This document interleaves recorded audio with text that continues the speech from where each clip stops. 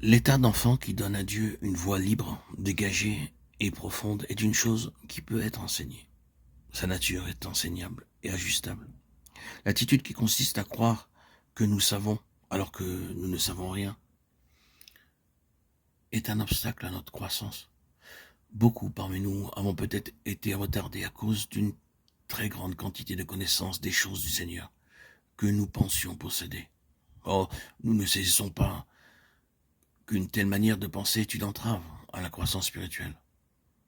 La marque de la croissance est la suivante. Plus vous savez et plus vous avancez. Moins vous vous rendez compte que vous savez et plus vous réalisez que vous avez besoin de connaître. C'est là où l'esprit d'un enfant est mené jusqu'à la fin.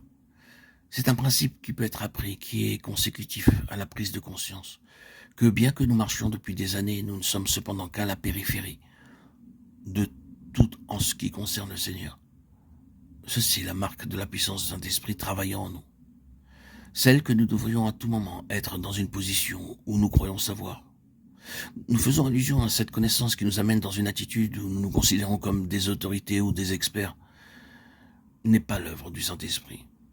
Nous parvenons à un état où il est possible de dire « je connais le Seigneur sur cet aspect, je connais le Seigneur dans cela ». Mais dans ce profond sentiment de connaissance, nous devons toujours et de plus en plus nous placer dans cette attitude où nous réalisons combien peu de choses nous savons. Tout simplement parce que nous voyons de plus en plus de ce que nous devrions connaître, de ce que nous avons besoin de connaître et de ce qu'il y a à découvrir en Christ. Un enfant peut être ajusté, il est disposé à l'être. Mais le problème rencontré chez la plupart d'entre nous est que nous ne sommes pas comme un enfant. Nous ne sommes pas ajustables. Il y avait une belle attitude d'enfant et une simplicité chez David, alors même qu'il était roi. Comme il était merveilleusement ajustable. Vous remarquez qu'à chaque fois que David commettait une faute, le Seigneur n'avait aucune difficulté à le reprendre. À chaque fois, il était ajusté à la situation. Il ne résistait pas à Dieu. Il laissait faire. Il cédait, et à chaque fois que, dans l'intérêt du Seigneur, une nouvelle situation nécessitait un ajustement de sa part, il l'entreprit. Quelle vie riche de la connaissance du Seigneur fut la vie de David. Il y a d'un côté cette admirable simplicité, cette capacité à être enseigné, et celle à se laisser ajuster, et de l'autre une merveilleuse marche avec le Seigneur.